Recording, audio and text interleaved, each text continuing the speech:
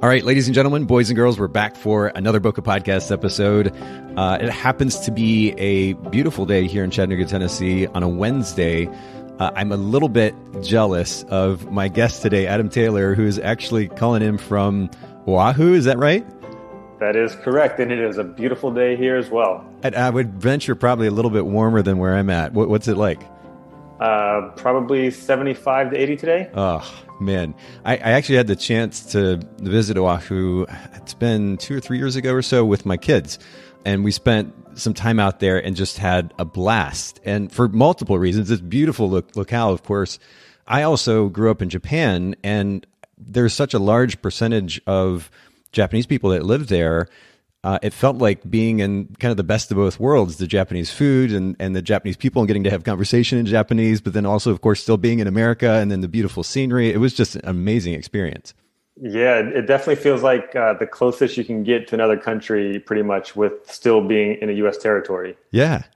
Well, I'm a little bit jealous. And you actually told me you just moved there back in November. So congrats to you on the move. What was kind of the impetus for that? Yeah, thanks, man. It's definitely very fresh to us. It's very new and exciting. So my wife and I are big believers in, setting goals and kind of manifesting and creating the type of life that you want to live. Yes. And, we had our vision board, we had our list of goals, and, a lot of these things were very lifestyle oriented. We wanted to be able to snorkel and free dive in warm tropical waters on a regular basis. And we wanted to be able to hike through jungles to waterfalls and, live a very outdoor active lifestyle.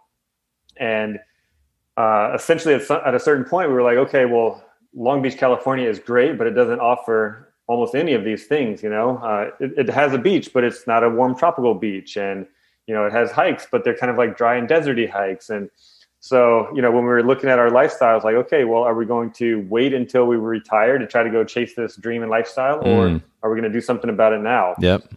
So we decided, let's do it now.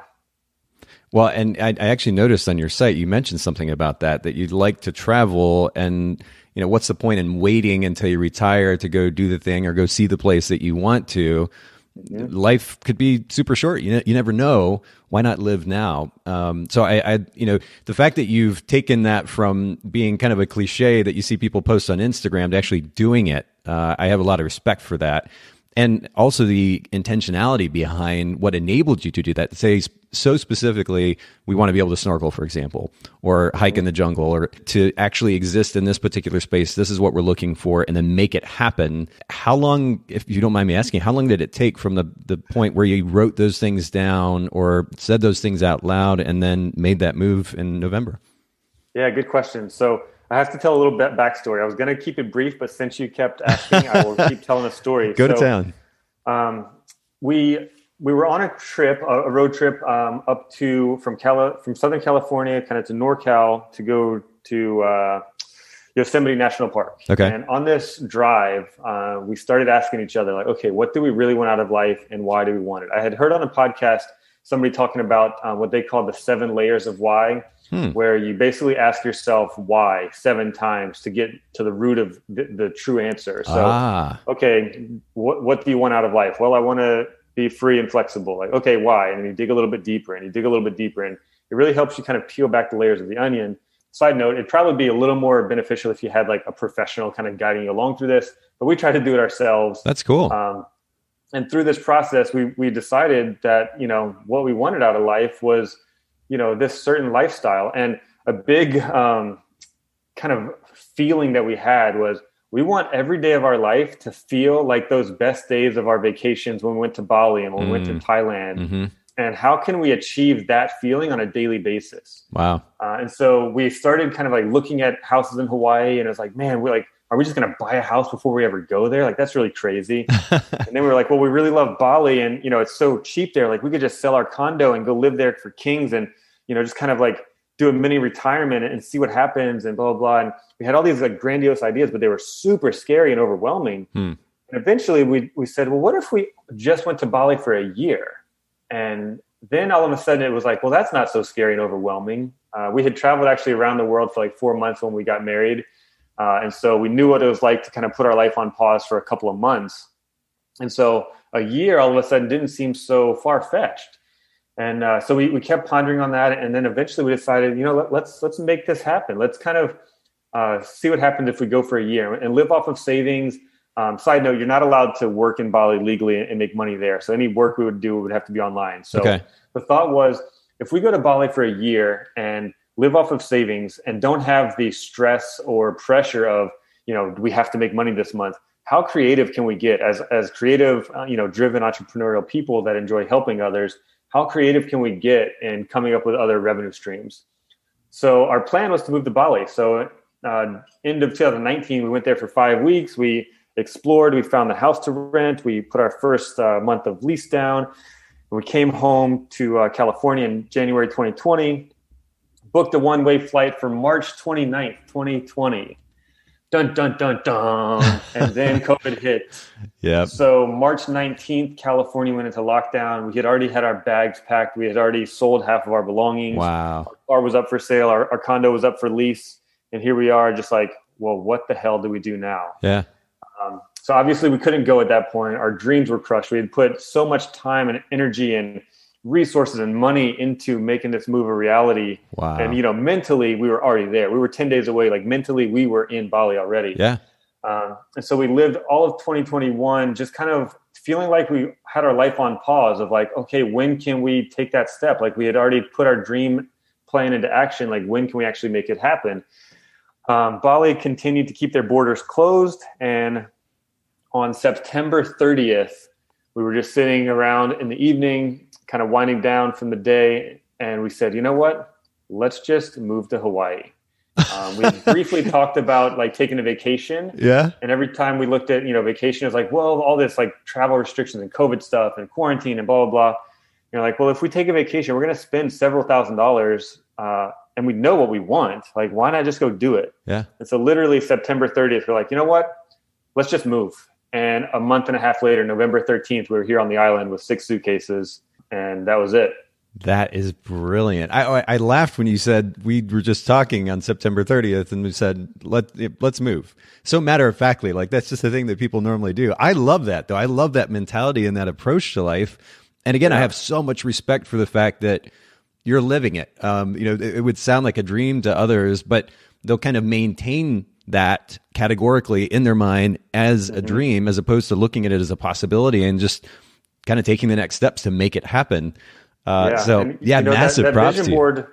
Thank you. That vision board was pretty powerful. We had like put it up and I had done one years ago and didn't really get much out of it. And then finally we did another one and it kind of seemed a little hokey and silly for a little bit, but it was like right by our bed. And like every night, every morning I would see it and there was these pictures and words on there.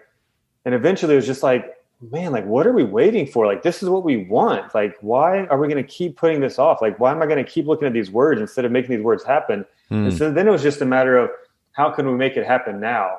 And, Hawaii is a bit more expensive than where we lived, even though we lived in, the LA area. And Bali was super cheap. And that was kind of why we decided on Bali first, is because it was like, okay, well, we can make these dreams happen now. Yeah. And I guess Hawaii just still seemed, too far-fetched for whatever reason. And the reason why we were able to go from, September 30th to November 13th and being here was that we'd already put in the work. We'd already made up our mind of what we wanted. We were already so close to moving to Bali. We had already gone through the motion of purging and donating and packing and, kind of preparing our lives to uproot. And so we were able to kind of fast track it a little bit. Well, massive respect, man. And I'm stoked for you guys. And I hope that it just plays out beautifully for you all. And for anybody who is curious, hasn't actually seen Adam's Instagram yet, kind of get a feel for that life that is starting or just started within the last couple of months. You can go to his Instagram account. And it's just simply Adam Taylor Photos. And of course, we'll link to it in the show notes at bokehpodcast.com. We have a lot to talk about, Adam, and I'm excited for an introduction just like that. But I want to, at the very least, introduce our listeners to you as a photographer. You happen to be a photographer as well, in addition to an wonderful example of living out your dreams. But we talk about brand position here a lot at the podcast, and I'm going to kind of break the fourth wall here, if you will, and jump right in with your brand position, which I actually happen to find on the About page of your website. And the reason I bring this up, I wrote it down, was because it's a wonderful example of a brand position. For those of you listening in, it's very simple. I help interior designers, architects, builders, and home product companies build their brand and tell their story through high-end photography. Can you break that down for us a little bit, Adam? How did you come up with, I mean, it really just, it's beautifully stated. It's simple, to the point, talks about the value that you're going to add to their business if they hire you. But how did you come up with that? Yeah, thanks. And I was worried that you were going to give me grief for it, because I listened to one of your recent episodes where I can't remember her name, but the lady was, basically said, it was in fewer words, and you were giving her such props for breaking it down so simply. So, so thanks for giving me props too. Absolutely. Well, I mean, first of all, most photographers don't have a clear brand position. So that's number one. So you're already ahead of the game. And despite the fact that the sentence is a little bit longer, it doesn't feel like you're adding any unnecessary words. You talk about your target market. You talk about the service that you offer. And then you talk about the value that you're going to offer them via that service. And so, I mean, you've done a wonderful job of encompassing everything you need to in a brand position. But how did you come up with it? So I kind of started out, after my photography career shifted from BMX bike riding to fitness and then into shooting houses and spaces. I was shooting for realtors. I didn't love that business model and style of shooting very much, and kind of made the transition to working with interior designers and architects and product companies. And the big switch there was actually I got on retainer with a brick and tile manufacturer. And so I was shooting for them. And over the couple of years that I was working with them, shooting houses and other commercial spaces that featured their tiles and bricks that were, custom made and installed in different places, I realized just how valuable the images were to helping build their brand and tell their story. And they were a family-owned company, and everything is handmade in Southern California, and everything is made to order and has a lot of texture and variation to it. So telling their story through the images was really important. And again, I just saw how valuable those images were. So much so that, I went into a lot of people's houses and talked to their end customers, being the homeowners that actually chose those products to go in their spaces. And there's one time in particular, I remember talking to this guy, and he's like, "Oh yeah, we've been a fan of this company for a long time. I've used them in several different projects." And man, they've gotten a lot bigger recently, haven't they? And that comment right there was exactly what you wanted to hear in my position, or in the marketing person position in that company. Because what it told me was my images being on their social media, being in their print collateral brochures and lookbooks, just made that company look much bigger to their end user. And that to me was like, oh my gosh, what I'm doing here really, really matters. And so, working with interior designers, going back to the brand position kind of statement, I wanted to outline exactly who I work with and the people that I want to work with and for, which is interior designers, custom home builders, and architects, and then the home product companies. And that's a unique one, again, because I worked with the brick and tile company. And by working with them, as opposed to just the builders and architects and designers, it gave me a much different way of looking at images. Now I'm looking at them through the eyes of a marketer, and how can we use these in our print collateral, in our brochures, in our price list. So it was like a different end usage, and it gave me a very unique perspective of how to look at photographing these spaces. And so I wanted to include that in there. Also because I license a lot of my photos, which obviously we'll talk about later, to these types of companies after shooting them for the designers and architects. And so I wanted to, clearly outline the people that I was targeting. And then again, like telling their story and building their brand. I got that from working with the tile company. And then I specifically wanted to tell them, building your brand and telling your story is going to help you sell more products. It's going to help you sell your service better, and that's going to make you more money. And then the last line is, through my high-end photography, I wanted to let them know, obviously, I take pictures, because a lot of times I go to websites and it's like, it kind of tells me all the first part, but then it doesn't tell me exactly what they do at the end. And I'm like left a little bit confused of like, what kind of company are you? Like, what website am I even looking at? And I specifically use the word high end because, I want to distinguish myself and let them know that, I'm not for the everyday houses. I'm not for, if you're just looking for somebody to go in there and quick and dirty, running gun style, like that's not what I do. And so I wanted that to be very clear right from the beginning. Well, again, I can't say enough about how well that sentence is put together. And for anybody listening in, first of all, if you don't have a clear and distinct brand position statement for your business and on your website, make sure that you take some time to think about this. And we've done a number of brand position consultations. For those of you listening in, we'll actually link to one or two in the show notes at bokehpodcast.com. You can check that out, get a better feel for what a brand position is and how to go about putting one together. But this is a wonderful example. By the way, Adam, I'm curious because it is so well put together and it communicates what it is that you do so well. Have you ever thought about putting it on the homepage of your site? I guess I haven't. Now that you asked, it makes me want to go look at my homepage. I use a WordPress template for my website. Yeah. And I guess there just wasn't text on the homepage initially. The only reason I ask is, again, because it's so well communicated. I can imagine if somebody lands on the homepage of your site and they read that, it does a wonderful job of drawing them in if they fit that description. And if not, then it acts as a filter. I think it's just so well done. So again, major props to you for that. But I want to keep moving too. And we have a question about customer experience. And I'm sure that your experience as in this case, an interior photographer is maybe a little bit different, the type of interactions that you have than, say, maybe a wedding photographer. But is there a particular idea or principle that has enabled you to provide a great customer experience for your clients? The only thing I can say to that is have open and honest communication from the beginning. Just be human, be relatable. I find it very difficult to go through life kind of sugarcoating things or talking in code or trying to talk in a certain way. That just doesn't work for me. Yeah. I just have to be myself. And if my openness and upfrontness, comes off wrong, I'm okay with learning from that and apologizing about it. Sure. But, I have to just have that upfront open communication. And a big part of that, that kind of alludes to a little bit of what we'll talk about later is in my very first conversations with clients that hire me, I talk about image licensing and what that license allows them to do with the images that they're purchasing from me. And I talk about how licensing photos is a big part of my business. And so, if I shoot a photo for a designer, that photo might end up getting licensed to a cabinet company or a faucet company.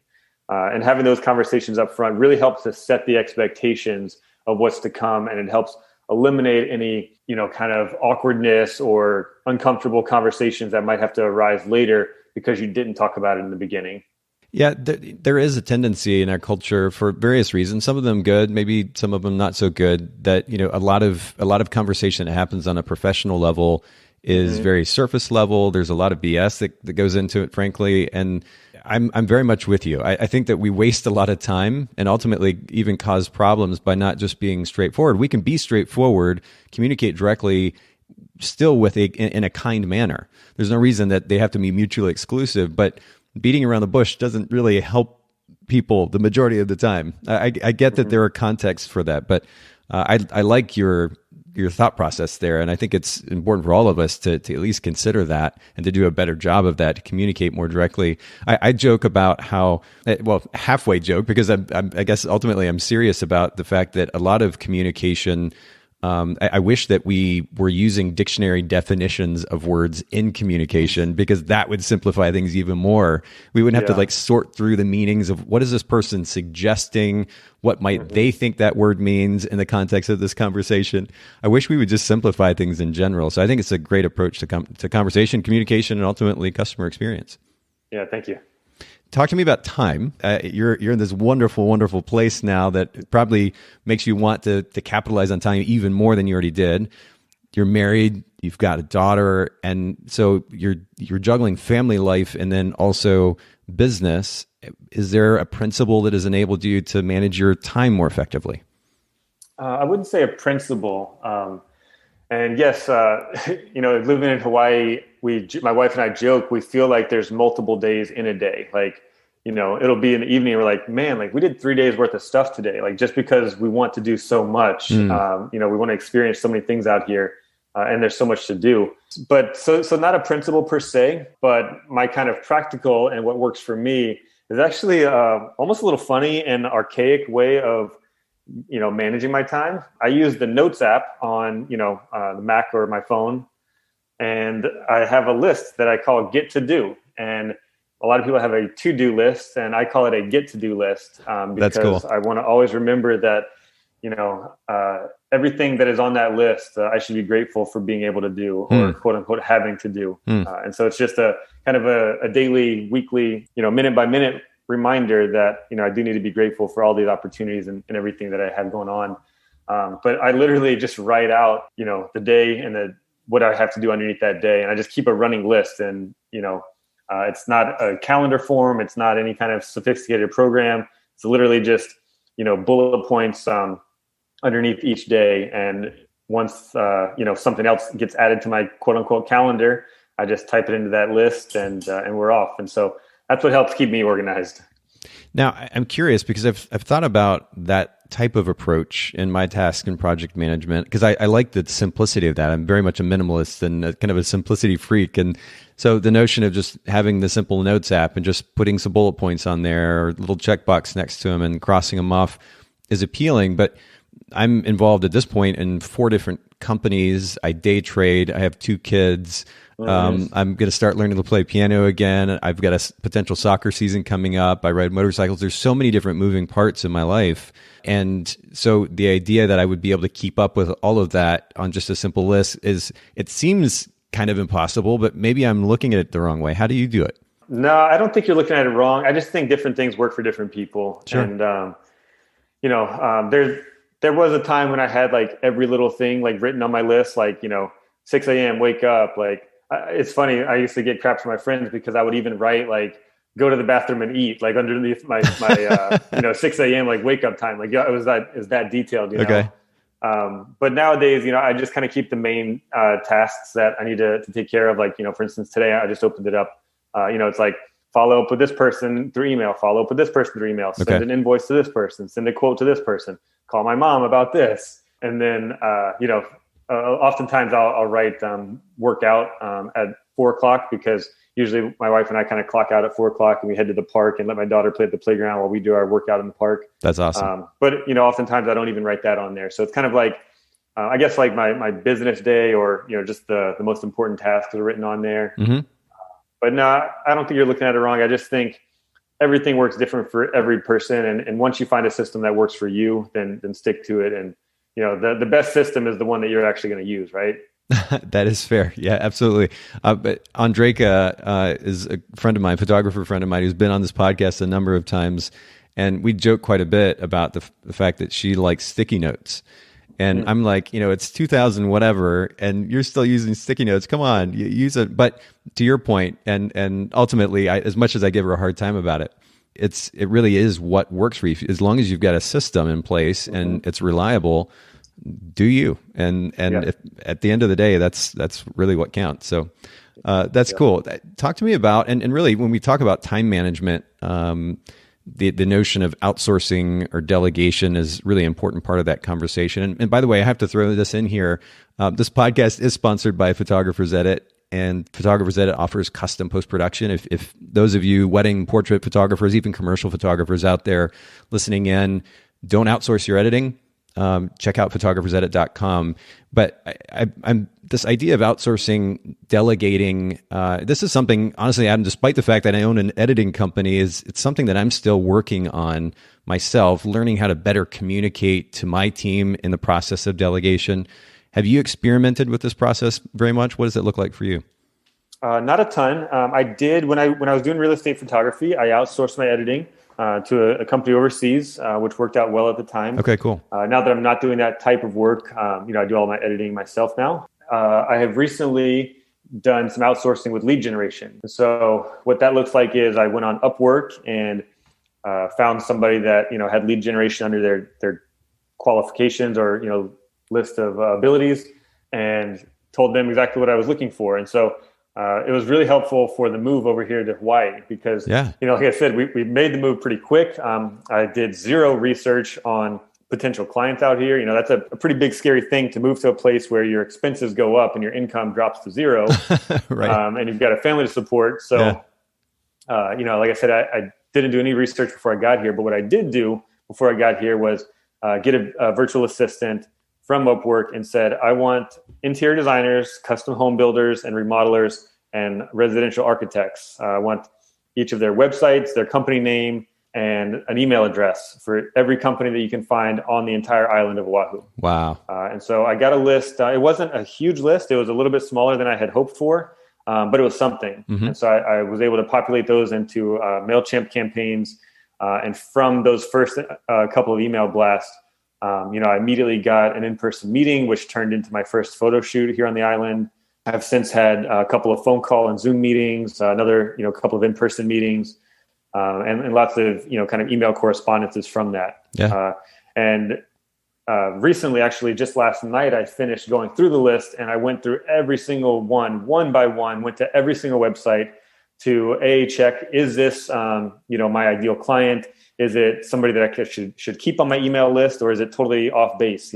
Because there were some that were totally off base. Like there was hospitals and schools and other photographers and like graphic designers. And it's like, how did this end up on here?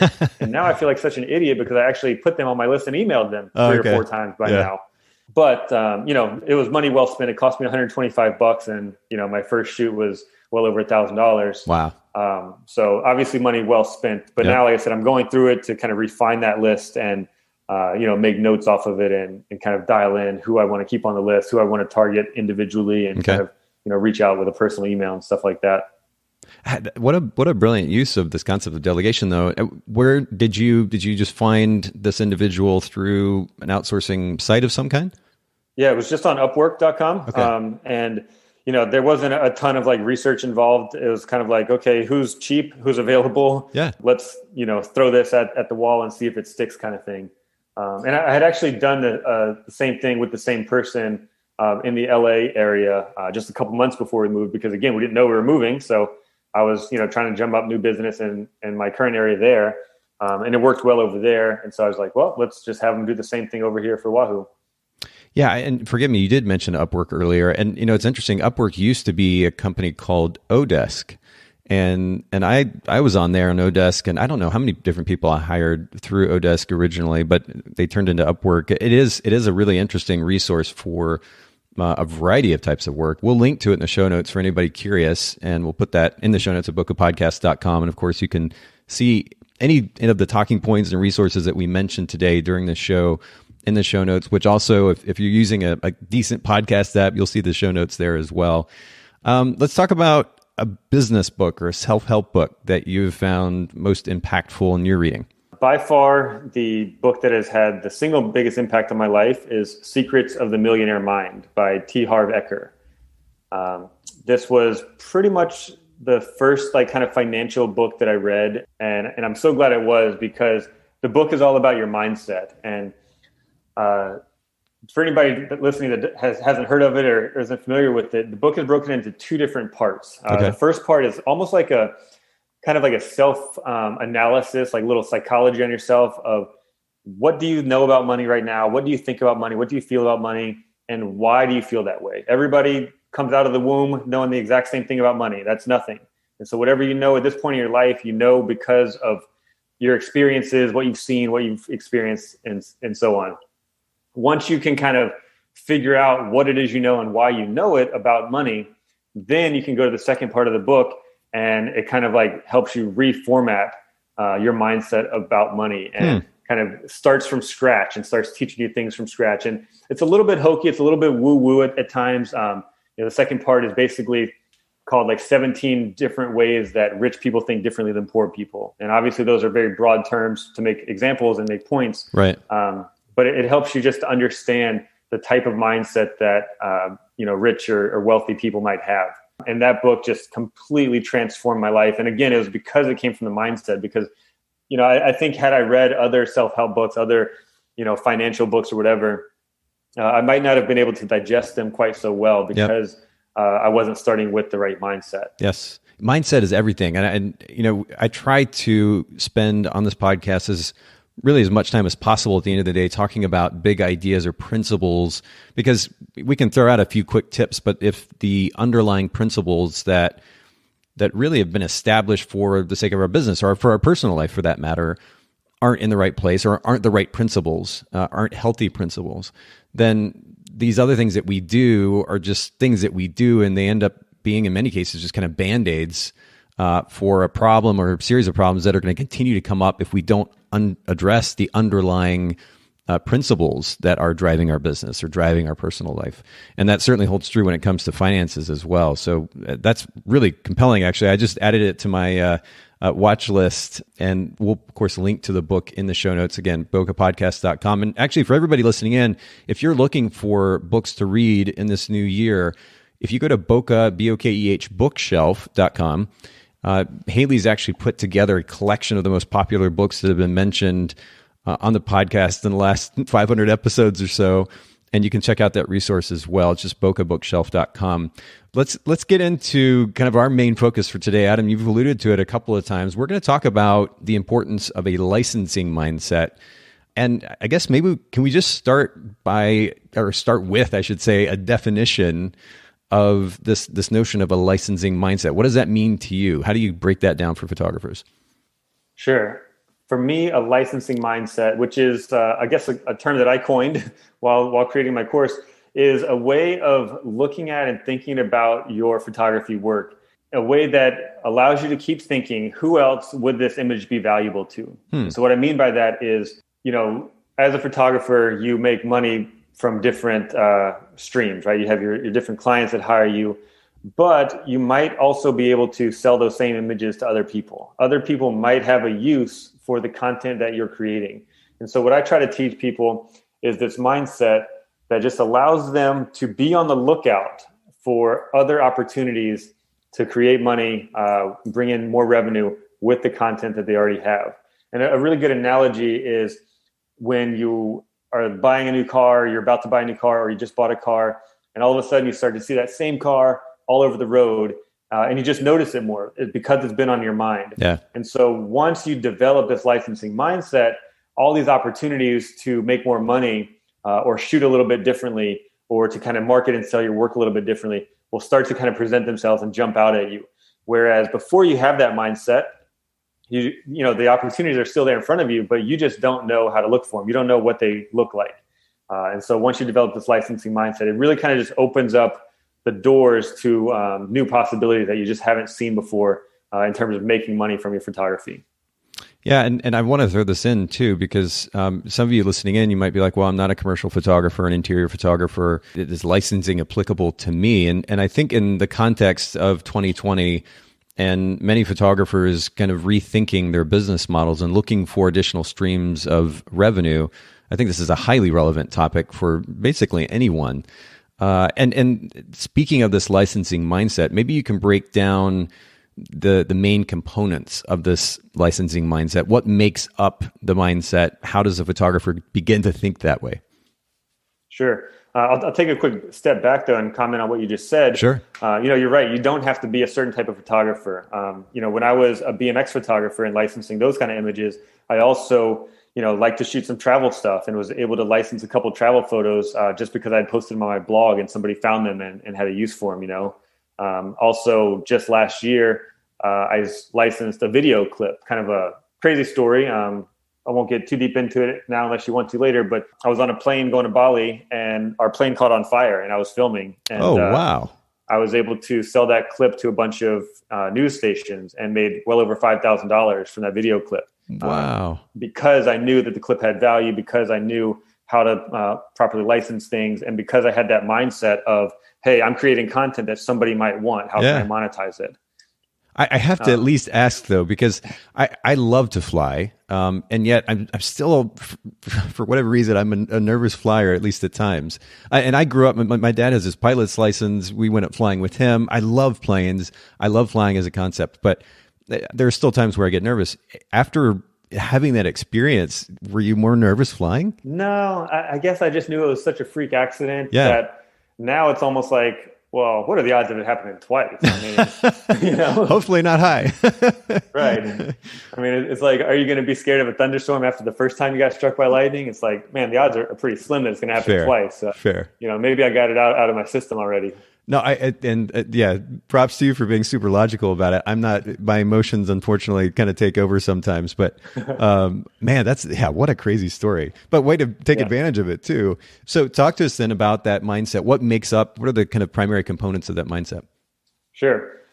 So when dealing with the licensing mindset, kind of the first step is understanding the ecosystem of photography in your particular industry or niche. So that kind of includes who needs your photos, what kind of companies are looking for images like the ones that you take. Once you identify that, why do they need them, or how do they use the images? So kind of understanding the usage of these photos. And again, like from working with that brick and tile maker that I mentioned earlier, I was able to see like, okay, in this particular industry, it's more than just their website and Instagram. They have internal and like dealer type price lists that, the end users don't see. They have trade show booth graphics. They have signs and kind of banners and different like point of purchase type displays that go into dealers all around the country. They've got, the customer facing brochures and lookbooks and things like that. And, they post photos on Pinterest, on Google Photos, on their Yelp page, so the list went on. And so I started to understand, how valuable each of these images were. And so that kind of leads me to the next point, is how valuable are the images, which is kind of based on, a lot of the things that we just talked about. And then also, how do they usually acquire photos? So in this space, if somebody's looking for a photo like yours, or, if they can benefit or monetize a photo like yours, how do they acquire the images? What methods do they have of getting these types of photos? And a example that I like to give in terms of this is, I'm going to use obviously my industry because it's what I'm most familiar with. Sure.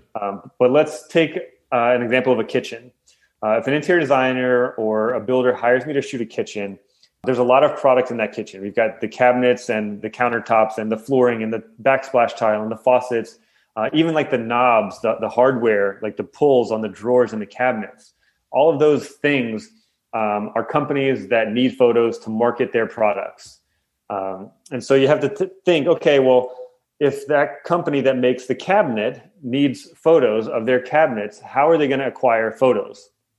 And let's break that down. What does that look like? Okay, they are based in California. Can they rent a studio and build a space? Do they have a warehouse that they can build a space? Okay, well, when you talk about building a space, like, are they going to build an entire kitchen?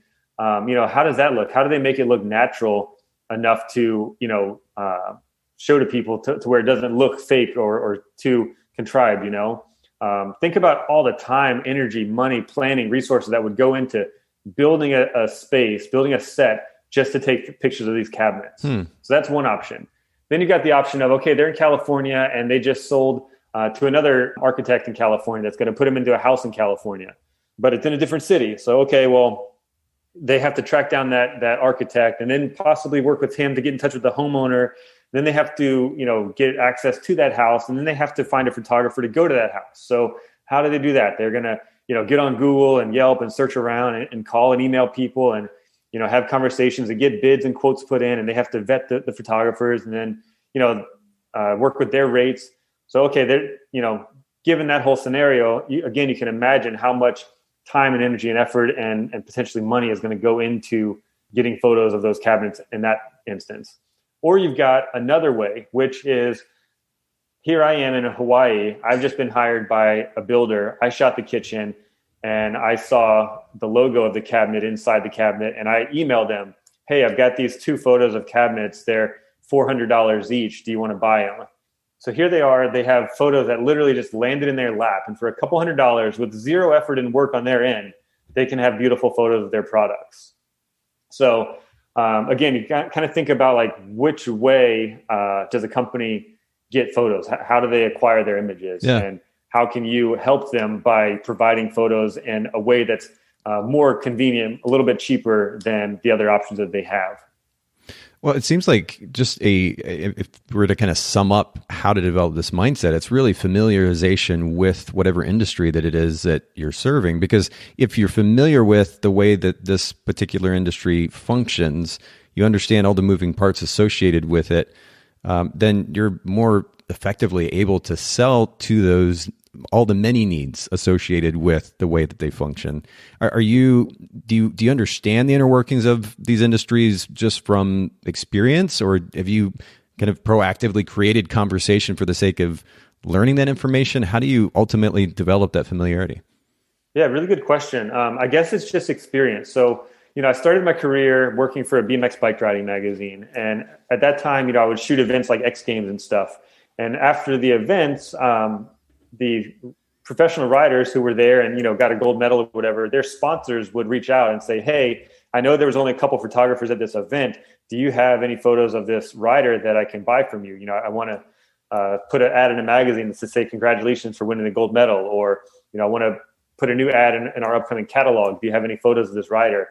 And so it kind of started way back then. And then when I kind of switched and started doing fitness photography, similar things happened where, I would shoot photos at a CrossFit event. And then afterwards, the company that provided the equipment, like the barbells and the bumper plates and the dumbbells and stuff, reached out and like, hey, I know you have photos from this event and we provided all the equipment. Can we buy photos from you of, these professional athletes using our equipment? And then, like I said, I sold a photo from my blog that I kind of alluded to earlier. That instance was, I had some photos of the Long Beach skyline, the city where I lived at the time. And a company reached out and said, hey, we make custom motorhomes and like coaches or big RVs. And there's a trade show for RVs coming up in Long Beach. And we want to plaster, kind of do a big wrap around our entire bus of the city of Long Beach for this trade show that's going to be in your town. Can we buy this photo from you?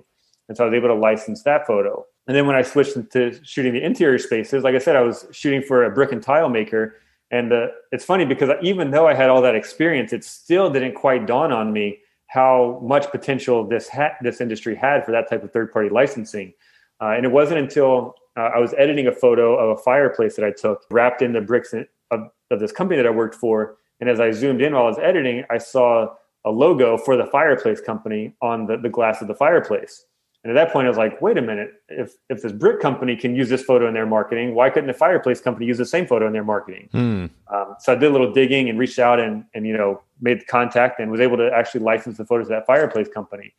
And that was kind of like the clicking point for me of like, okay, it doesn't matter what industry you're in, you're shooting photos that one person needs. There's a real good chance that another person can use and benefit from that photo also. Yeah.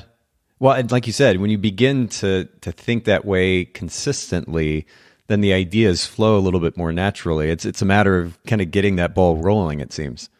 Yeah, absolutely. And at this point, I see it all the time. Like anywhere I go, I'll be watching a Netflix show and I'll see a faucet from a company that I've sold to before, in the family's kitchen on Netflix. And I'm like, ooh, I know that company, and it's even gotten to the point where it's like rubbed off my wife, like I showed pictures of a house to my wife the other day that I'm going to go shoot soon. And she's like, ooh, look at that stove. I know you sold to that stove company before, So, like I said, it's just like the car thing. Once you, start to see those cars all over the road, you're going to see more of them. And it's the exact same thing with this licensing mindset. Once you see how many people can use your photos, and moreover, once you get paid a bunch for these photos, then you start to see, because you start to see dollar signs everywhere. Yeah. Okay, so I guess as far as the next step is concerned, and I'm going to speak a little bit more generally here, especially for the wedding and portrait photographers listening in. But personally, and I shot weddings for over 10 years, I can't remember any time in my career as a photographer where I ever intentionally licensed individual photos the way that you're describing it. So I'm certainly naive about at least the technical elements of the process.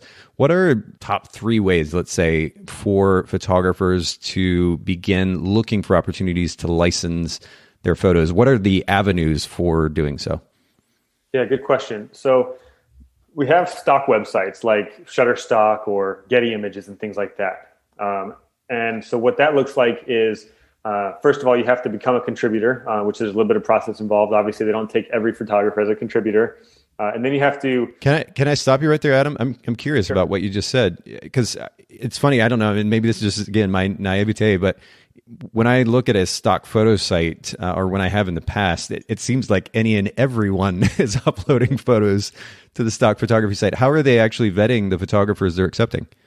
That's a really good question. I don't have a great answer for you. Okay. I was a contributor to a site, but got on board with them many years ago. Okay. And part of the reason why it looks like they take anybody and everybody too is because a lot of the stock sites are partnered together. So even though like I originally got on board with one that was called Aurora, eventually they partnered with Getty and Alme and some others. So my same images would be on all these other websites. And then eventually, Aurora got bought out by another company and they had partners with other companies. And Interesting. So now my photos were on all these different websites. And the more diluted it gets, or the more widespread it gets, the less money you make, because each website has to take their cut of it. And so, to answer your question directly, I'm not sure how they vet them. I'm sure it's not super difficult. If you're good and have decent images, there's probably a way you can get them up there. But once you're in the system, you have to learn their particular system of, the proper metadata, tagging, description writing, file naming, sizing restrictions or whatever, and their upload process, which at the time that I was doing it, it was very tedious and cumbersome and not fun. And then at that point, you kind of have to just wait and see. And so, somebody will be searching a website for a type of photo, and there's 2,000 or more of these types of photos, and they have to search through all of them and, hopefully find yours. And then, they buy it through the website takes their cut, and then you get your cut. And so over the 10 years or so that I had photos, several hundred photos on stock websites, I personally probably made about $2,000 over the course of like 10 years or so. Wow. Okay. And honestly, a little side tangent here, the biggest benefit for me probably was the fact that because I was uploading travel photos, it gave me a lot more leverage to use my trips and travels as tax write-offs. And so the money was very insignificant to me, but I was able to, write off a trip to Bali because I would upload Bali travel photos to a stock website that I could potentially sell. And so now it was a work trip, Cool. But again, a lot of these photos don't sell for very much. Sure. Recently I looked at my stock back end, and I actually ended up telling them to just take me off the platform because a lot of photos were selling for, most photos, I should say, were selling for less than $1 per image. Oof.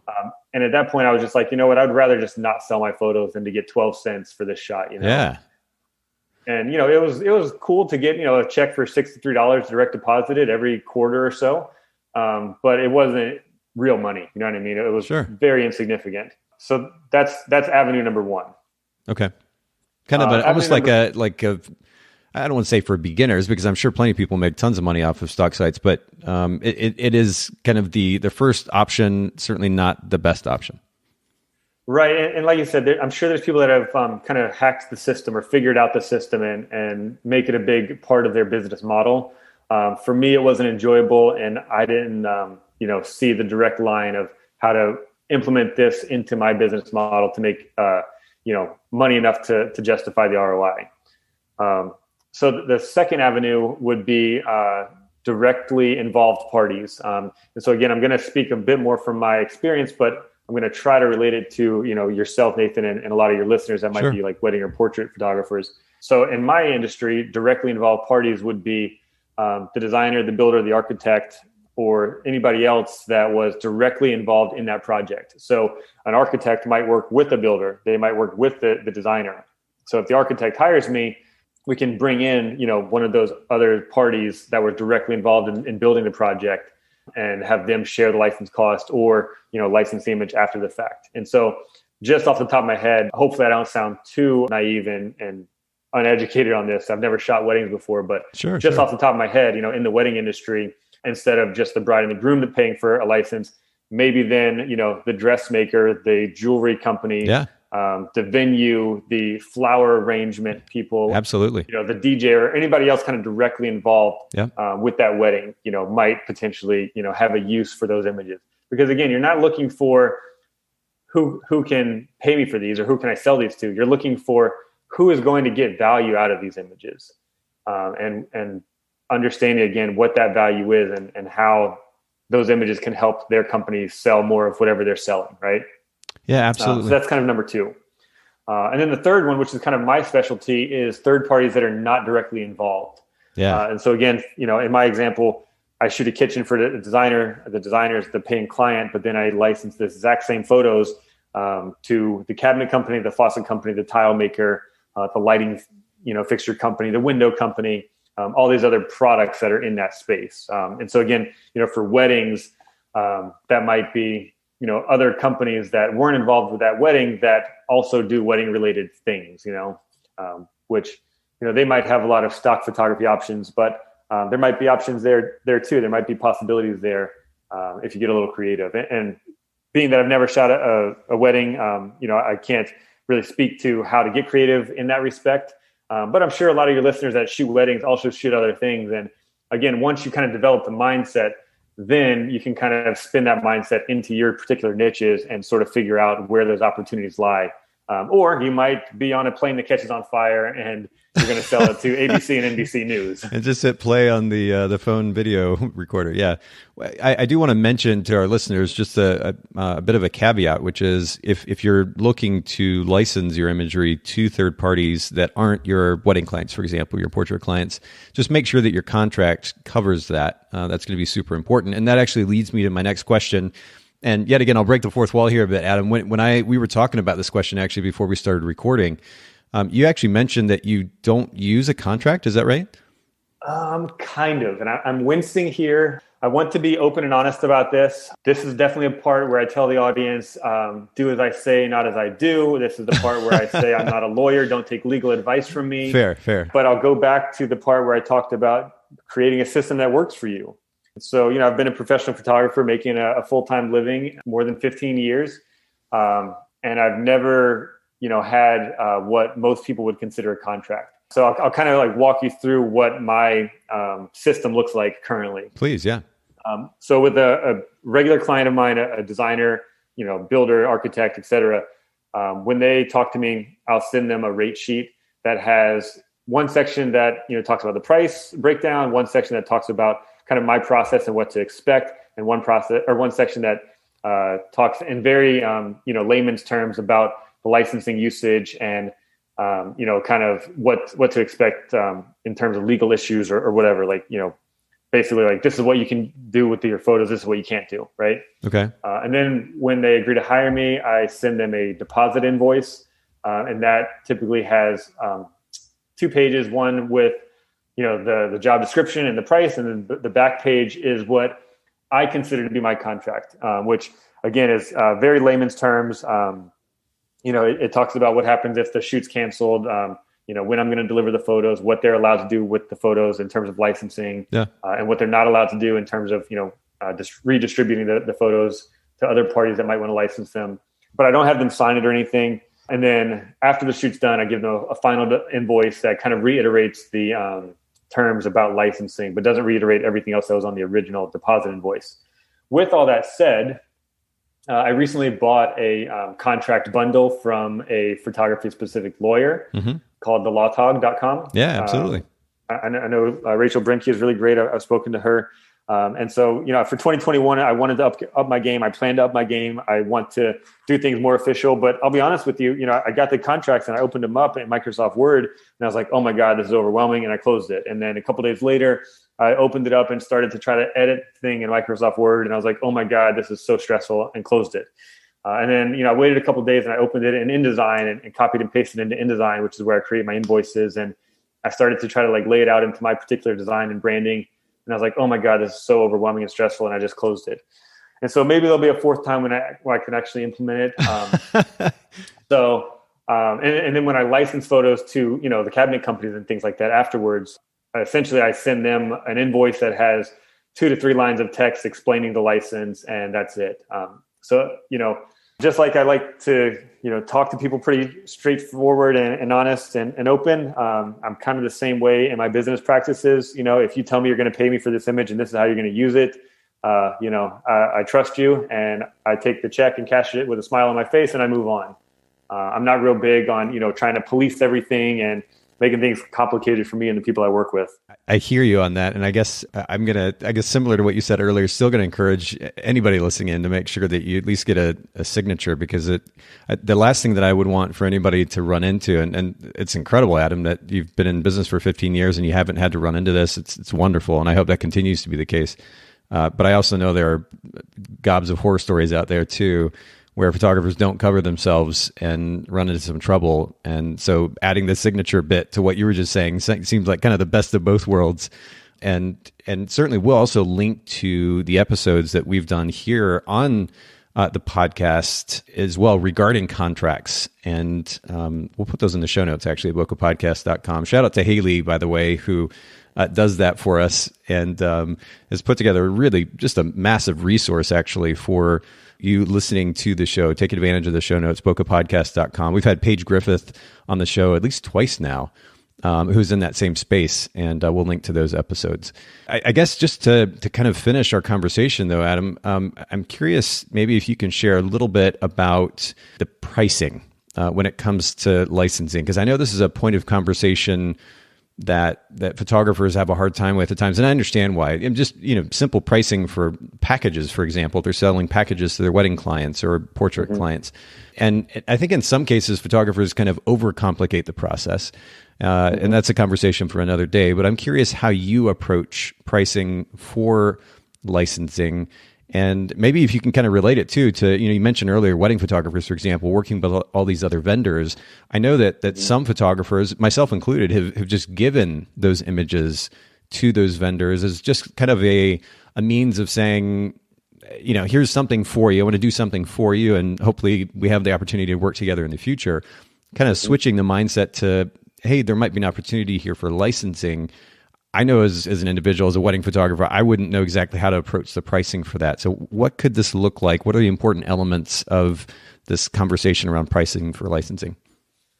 Yeah, good point. So, to your point about the wedding photographer, I think it's just a very different industry. And, without being in that industry, it kind of saddens me a little bit to hear that so many wedding photographers just give away their work. I'm not sure where that stemmed from or kind of why that became the norm in that industry or that niche of photography. And we do see it some in my particular industry and niche with, designers that post your photo on Instagram, for example. Like we'll have the cabinet company comment like, hey, this is a beautiful picture. Can we post it on our page? And the designer kind of gives it away. And, sometimes the photographer doesn't understand that, they're not supposed to be able to do that. And I think that comes in the education, educating photographers, educating clients. Because at the end of the day, the U.S. copyright law says that you as a photographer own the photo. And as long as your contract says that you still own the copyright and you have the ability to license it to other parties, then you can do whatever you want with that and you can sell it to whoever you want. And so why would you then give away your work to other companies or people that are going to profit from it? Again, we talked about the value of these images. And if, for instance, a wedding venue is using your photo to promote their venue that people are paying thousands and thousands of dollars to have their wedding in that venue, like why, obviously it has value to them. So why shouldn't you get compensated for that? So when it comes to pricing my images, again, in my particular space, there's a handful of things that we look at. First of all, how valuable is it to the company, which we kind of already talked about. Like how will they use it? How much reach does that company have? How much can it help them sell their products or their services? How else could the company get a similar photo? Like we talked about the different ways that people are acquiring their assets. Also, you can think about how much work went into the photo for you to create. And then it kind of gets a little personal of how good is the photo? Like what is your skill level? And, realistically compared to other images out there, like how good is it? And then funny enough, how bad do you need the money? There's times when you might be, struggling a little bit more than others as a freelance photographer. And maybe it's a slow month and maybe you just really want the money a little bit more right now. So you're willing to negotiate a little bit lower price. Now, with all that said, in my particular business model, I do what I call going for the easy yes. So when I reach out to product vendors, cabinet companies, faucet manufacturers, et cetera, I have kind of a set price. And this kind of goes against commercial photography where you're trying to figure out exactly how big the company is, exactly how they're going to use it, exactly how big of a reach that image is. And the reason for that is because that just complicates things. Again, I'm a simple person. I don't want to complicate things on my end or their end. But also, you have to understand that what I'm doing is reaching out to a company unsolicited. They didn't hire me to shoot that photo. They don't know that it's going to end up in their inbox that day. They didn't plan or budget for that photo. Okay. So if that's the case, if they do come to you like that bus company came to me and had a very specific reason and use for the photo, then you have a little more leverage in your negotiations. But when I'm just reaching out to a company and they don't have a specific need for that image, then the value kind of drops a little bit. So I have a set price for my images. And I tell them straight up front in the very first email I send, I tell them what the price is. I try to upsell a little bit and say, if you buy 3 or more, I'll drop the price a little bit. But the reason for that is that it's very important when you email a company that gets a lot of emails. I'm talking to the marketing director or the creative director through these emails, right? If I'm reaching out to them unsolicited, their inbox is filled with people wanting stuff from them, asking them to do things. And so if you make it one extra step of they have to ask questions or I have to ask questions or, they have to click a link to go see your photos or they have to download a PDF to understand your price structure, That's just adding more variables in the equation. That's adding more roadblocks between you and them saying yes. And so I like to get that easy yes. I make it super simple for them. And that's how I kind of approach the pricing on my end. So if I can play devil's advocate a little bit, the questions that you mentioned asking earlier, how valuable is it to the company? How much work went into the creativity or the creating of the image? How good is the photo? How much do you need the money? All of these things at the end of the day are a bit arbitrary. Is there a particular matrix that you're plugging this into, an algorithm of sorts that you've been able to come up with over time, maybe even just simply based on how much you need to make a week or a month or a year, to set that specific price for your images? Yeah, really good question.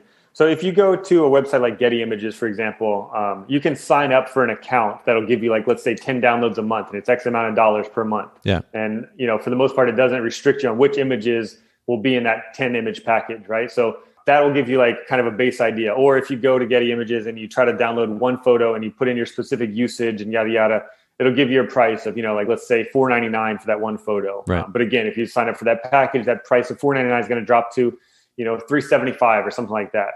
So you can kind of like use that as like a little bit of a starting point. Again, if there's a very specific need, if they reach out to you directly and they're like, hey, we need this image for a billboard on a national campaign and da-da-da-da. All right, now we're talking about something different. But we're talking about like very general topics here, right? And so you can kind of use that, quote unquote metric or base for pricing, but also just experience. So again, I've been doing this for close to 15 years. In the BMX world, there was almost like an industry standard that wasn't standard, but it was kind of like after negotiating with dozens and dozens of companies for very similar usages and images, it always landed like right in that same general ballpark, which in BMX was like $300 to $400. Okay. Once it got to the fitness world, it was a very similar ballpark. Once it got to the, kind of home goods space, it was a very similar ballpark. And so I'll go out and say, when I reach out to companies like this, my base price is $350 for unlimited use or $200 for online only use. Okay. And then again, I try to upsell of like, if I have, 5 photos, I'll say, if you get all 5 of them, I'll drop the price by $50 per image for unlimited only, if you want online only, I'm not going to give you a discount, but if you want, 3 to 5 or whatever, for unlimited use, then I'll give you a bit of a discount. And so again, it's just kind of from experience. And again, if my skills and talent level weren't quite so good, if the properties that I was shooting were a little bit more run of the mill and not so like high end and luxury, maybe that price would come down a little bit. If they were way more luxury, if my skills were way better, maybe the price would be a little bit higher. But again, this is kind of the sweet spot that I found, doing this dozens and dozens of times over years. What have I found to give me the easiest yes? Like what has gotten the least pushback, the least negotiations? Okay. If you start in a little bit too high, they might push it down to the bottom of their inbox and say, I'll get back to it later. They might, ask you to negotiate a little bit. If you start a little bit too low, you'll get the quick and easy yes, but you're kind of undervaluing your work. And so basically the short answer is experience. And when you're talking about making it as easy as possible for that potential client, are you sending along with that price a link that takes them to a page where they can pay for the image and download it directly? I mean, is it that kind of simple, or what's that process look like? Yeah, good question. It could be if you already have that kind of system in place for your particular business. Okay.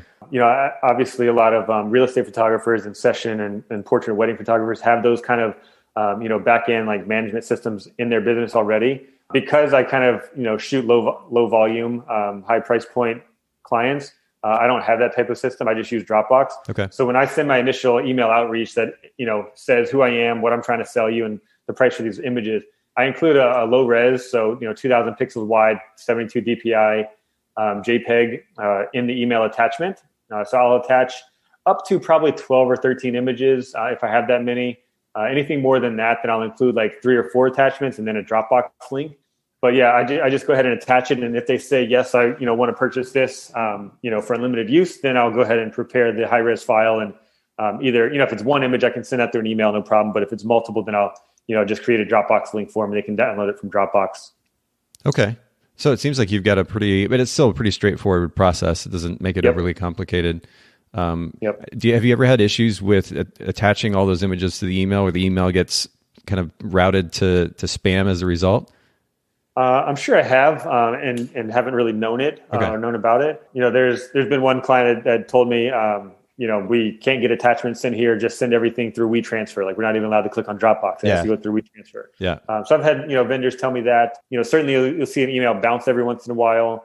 And I've got very kind of systematic and methodical ways of, keeping track of, who I send emails to and how often or not how often, but, how many times I've emailed them. So if I see an email bounce, then I can either, look for another contact at that company, or I can, at that point try without the attachments or something like that. But generally speaking, if you are reaching out to an actual person, like the marketing director or something, most companies can take some, a handful of email attachments. Fair enough. Well, I mean, you just alluded to this, but there are so many different moving parts to running a business like this, and especially to thinking about licensing.